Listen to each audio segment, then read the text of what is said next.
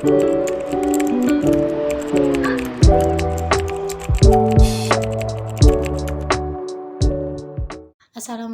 warahmatullahi wabarakatuh. Bismillahirrahmanirrahim.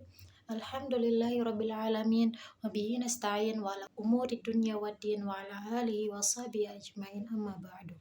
Pertama-tama marilah kita panjatkan puja beserta puji syukur kita kepada hadirat Allah Subhanahu wa taala yang telah memberikan kita beribu-ribu macam nikmat, di antaranya nikmat iman dan sehat. Tak lupa kita haturkan salawat serta salam atas junjungan alam Nabi besar kita Nabi Muhammad Sallallahu Alaihi Wasallam yang telah membawa kita dari alam yang gelap gulita menuju alam yang terang benderang dengan kata lain minaz zulumati ilan nur. Baik, di sini perkenalkan, nama saya Sabrina Iqmala Sesa, NIM 2101041115 dari kelas 5F. Di sini saya akan mempresentasikan materi dari kelompok 1 sampai dengan kelompok 6, yang dimana pertama-tama saya akan menjelaskan materi dari kelompok 1 yang berjudul kuasi eksperimen.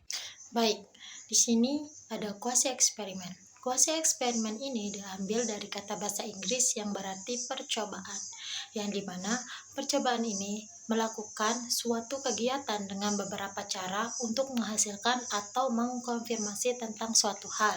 Kuasi eksperimen ini memiliki jenis-jenis penelitian. Yang pertama ada non-covalent control group, dan yang kedua ada design one group, pre-test dan post-test. Yang ketiga ada design time series. Kuasi eksperimen ini memiliki ciri-ciri penelitian. Yang pertama tidak ada randomisasi, yang dimana maksudnya ini yaitu menunjukkan subjek penelitian secara tidak acak untuk mendapatkan salah satu dari berbagai tingkat faktor penelitian. Yang kedua ada tidak semua variabel kontrol, yang dimana maksudnya ini karena terkait dengan pengalokasian faktor penelitian kepada subjek penelitian tidak mungkin, tidak etis, atau tidak praktis menggunakan randomisasi sehingga sulit mengontrol variabel secara ketat. Kuasi eksperimen ini memiliki desain dan rancangan. Yang pertama ada time series design. Di sini time series design ini merupakan jenis rancangan yang tidak ada kelompok kontrolnya. Yang kedua ada non-equivalent control group design, yang dimana maksudnya ini jenis rancangan penelitian yang dilakukan pada dua kelompok tanpa adanya proses randomisasi. Selanjutnya, kuasi eksperimen ini juga memiliki teknik analisis data yang berdasarkan jenis data yang diolah dibedakan menjadi dua, yaitu ada teknik data kuasi eksperimen yang dimana teknik analisis data parametrik dan teknik analisis data non-parametrik. Akan tetapi pada tulisan ini akan difokuskan pada teknik analisis data parametrik yang bisa juga disebut sebagai statistik inferensial atau inferential statistics. Selanjutnya materi kelompok 2 yaitu ex post facto. Penelitian yang dilakukan pada ex post facto ini adalah penelitian yang dilakukan setelah suatu kejadian itu terjadi. Nah, di sini jenis-jenis penelitian ex post facto yang pertama ada causal research atau penelitian korelasi, dan yang kedua causal comparative research yaitu penelitian kausal komparatif. Ciri-ciri penelitian ex post facto yang pertama ada pengumpulan data, yang kedua ada menentukan variabel yang terkait lebih dahulu, yang ketiga ada berupaya untuk menemukan hubungan kausal pada fenomena yang diteliti, yang keempat ada menentukan validitas empiris, yang kelima ada digunakan jika tidak dapat menggunakan penelitian eksperimen. Di sini desain ex post facto itu seperti yang kita lihat dari contohnya, pengaruh atau hubungan motivasi belajar terhadap prestasi belajar berdasarkan jenis kelamin siswa, yang dimana variabel motivasi belajar ini siswa telah ada pada diri siswa itu sendiri, hanya tinggal mengukurnya saja. Artinya, telah terjadi sebelumnya tanpa harus dilakukan manipulasi oleh peneliti. Jenis kelamin siswa telah jelas, tinggal memilih dan mengelompokkan menjadi 2 kategori, yakni pria dan wanita. Selanjutnya ada teknik analisis data post facto, yang dimana memiliki 3 metode pengumpulan data. Yang pertama ada kuesioner. Kuesioner ini merupakan metode utama, dan yang kedua ada wawancara dan observasi. Wawancara dan observasi ini hanya dijadikan sebagai pelengkap. Selanjutnya ada materi dari kelompok 3 yang berjudul penelitian pengembangan.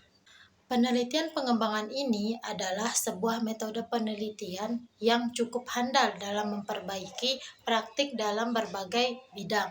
Selanjutnya ada perbedaan penelitian pengembangan dengan penelitian yang lainnya. Penelitian pengembangan ini dapat menghasilkan suatu produk, sedangkan penelitian yang lain tidak.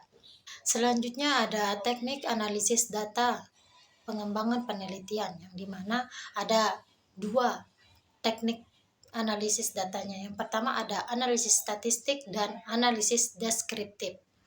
Selanjutnya ada prosedur penelitian pengembangan, yang dimana ada pengumpulan data, yang kedua ada desain produk, yang ketiga ada validasi desain, yang keempat ada revisi desain, yang kelima ada uji coba produk, yang keenam ada revisi produk, yang ketujuh ada uji coba pemakaian, yang kedelapan ada revisi produk, dan yang terakhir ada produksi massal. Selanjutnya materi kelompok 4 yang berjudul penelitian tindakan kelas atau PTK. PTK merupakan suatu bentuk kajian selektif oleh peneliti yang dilakukan untuk meningkatkan kemampuan rasional tindakannya dalam melaksanakan tugas. Di sini PTK mempunyai desain dan rancangan. Pada tahap awal, peneliti setelah membuat rencana PTK berikutnya merancang tindakan yang akan dilakukan untuk memperbaiki dan meningkatkan atau mengadakan perubahan keadaan sebagaimana yang akan dinyatakan dalam hipotesis tindakan. Di sini perbedaan PTK dengan non-PTK ini, pada PTK ini merupakan tujuan khusus untuk memperbaiki kualitas proses dan praktik pendidikan dan pembelajaran di kelas. Sedangkan pada non-PTK merupakan pengetahuan berdasarkan temuan penelitian yang diperoleh. Selanjutnya ada prosedur penelitian tindakan kelas, yang dimana pertama itu ada perencanaan skenario. Perencanaan skenario ini membuat lembaran observasi dan mempersiapkan alat bantu belajar. Yang kedua ada pelaksanaan. Pelaksanaan ini merupakan tindakan kegiatan yang dilaksanakan pada tahap melaksanakan skenario pembelajaran yang telah direncanakan. Yang kedua ada observasi. Pada tahap ini dilaksanakan observasi dengan memusatkan kegiatan pada pengumpulan data yang berkenan dengan proses pelaksanaan tindakan. Selanjutnya ada refleksi. Refleksi ini merupakan tahapan semua hasil yang diperoleh, baik hasil belajar siswa maupun hasil observasi kegiatan guru dan siswa yang dikumpulkan serta dianalisis. Selanjutnya materi kelompok 5 yang berjudul penelitian naratif inquiry. Metode penelitian kualitatif naratif inquiry ini yang berfokus pada analisis narasi atau cerita-cerita orang untuk memahami pengalaman, makna, dan pemahaman mereka tentang suatu fenomena. Naratif inquiry ini memiliki karakteristik yang pertama ada narasi, yang kedua ada makna dan pengalaman individu, yang ketiga itu ada interpretatif, dan keempat ada fleksibel dan kontekstual, yang kelima ada penelitian partisipan. Naratif inquiry ini memiliki desain dan rancangan. Ya, yang pertama itu ada penentuan tujuan penelitian, yang kedua ada seleksi partisipan, yang ketiga ada pengumpulan data, yang keempat ada analisis narasi, yang kelima ada interpretasi dan temuan, yang ketujuh adalah menyusun narasi, yang kedelapan adalah refleksi dan diskusi, dan yang kesembilan ada kesimpulan. Perbedaan naratif inquiry dengan penelitian yang lain, yang dimana pendekatan penelitian kualitatif naratif inquiry ini berfokus pada pemahaman narasi atau cerita yang dibagikan oleh individu. Berbeda dengan penelitian tindakan kelas ini untuk meningkatkan kemampuan rasional dalam melaksanakan tugas. Naratif inquiry ini mempunyai teknik analisis data yang dimana ada identifikasi tema, wawancara yang mendalam, yang ketiga itu ada analisis narasi, yang keempat itu ada konteks dan makna, yang kelima ada pengembangan teori, yang keenam ada naratif analisis. Selanjutnya materi kelompok 6 yang berjudul kualitatif studi kasus. Metode penelitian yang mendalam dan intensif yang fokusnya pada satu unit analisis atau kasus tertentu. Ini merupakan pengertian dari kualitatif studi kasus.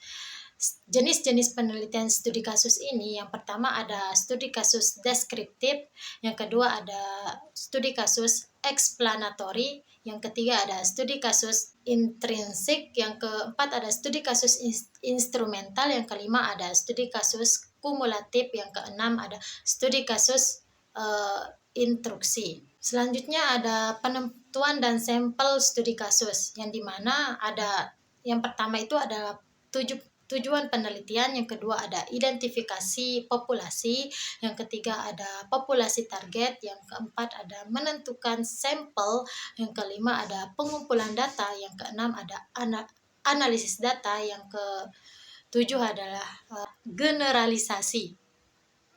Selanjutnya ada prosedur penelitian kualitatif studi kasus, yang dimana yang pertama itu ada penelitian kasus, yang kedua ada pengumpulan data, yang ketiga ada analisis data, yang keempat ada perbaikan, dan yang kelima ada penulisan laporan. Sekian presentasi dari saya, kurang dan lebihnya saya mohon maaf. Wabillahi taufiq wal hidayah. Wassalamualaikum warahmatullahi wabarakatuh.